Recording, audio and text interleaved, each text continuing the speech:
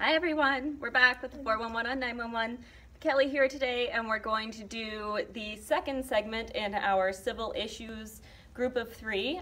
Today we're going to talk about a little bit more in-depth on a specific topic that we get a lot of calls on that is a civil issue, and it's landlord and tenant issues. So anything from somebody renting a room in your house to somebody being on a lease with you, and kind of how the police are able to deal with it, because again, it's a civil issue.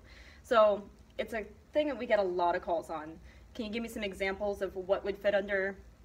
Some of the examples, there's a few. There's like you let somebody stay at your house and now you no longer want them there, so you let a friend or a family member stay or an acquaintance and now they're at your house and they won't leave. And then we have you're in a relationship with someone, the relationship ends and now you're both on a lease agreement, or maybe it's just you on the lease, but you need to part ways. And then we have the one where the tenant's refusing to pay or they're just refusing to leave. So let's start with, I let a family member, a really good friend, stay at my house. And they've been there a couple weeks, a month, and I just don't want them in there anymore. I can just kick them out, right? They're not paying rent, it's my house, they can just leave. No, not necessarily. This is where it becomes a civil issue, because depending on how long they've been there, do they have property there, do they get mail there, you may have to evict them. And how long does that process take sometimes? Any ideas? It just depends on how long they've been there. Sometimes the eviction process can be immediate, depending on if you're in danger or not.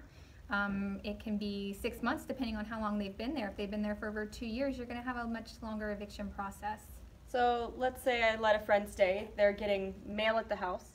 They have stuff there, but they're still not paying rent. People get stuck on they're not paying rent. I was just trying to help them out. That still fits under having to evict them? Correct. They're still a residence. They've established residency, so you would have to evict them whether they're paying rent or not.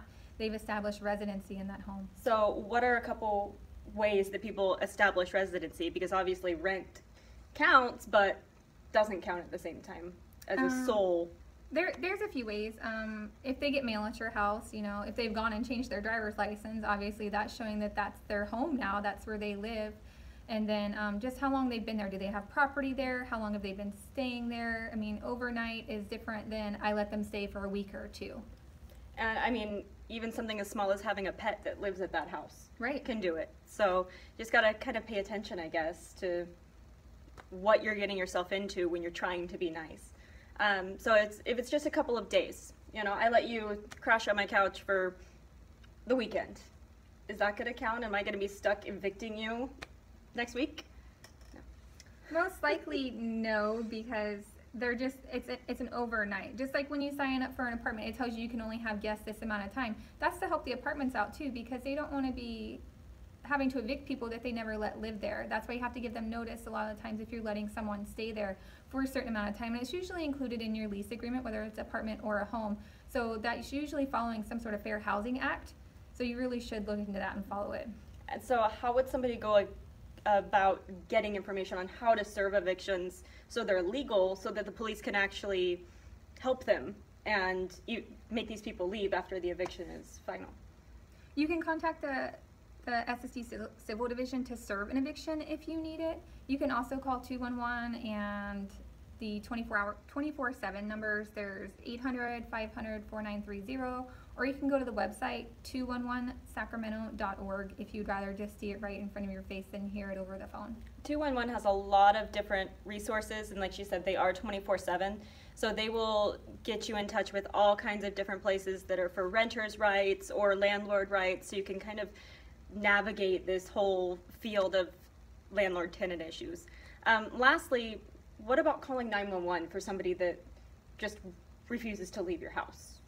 No, it's really a civil matter, and you're going to hear a lot of what you're hearing right here. It is a civil matter. You're going to have to go through an eviction process. The police can't come out and make someone leave somewhere that they've established residency. We just can't do that. I mean, it'd just be like us telling you to leave your own home.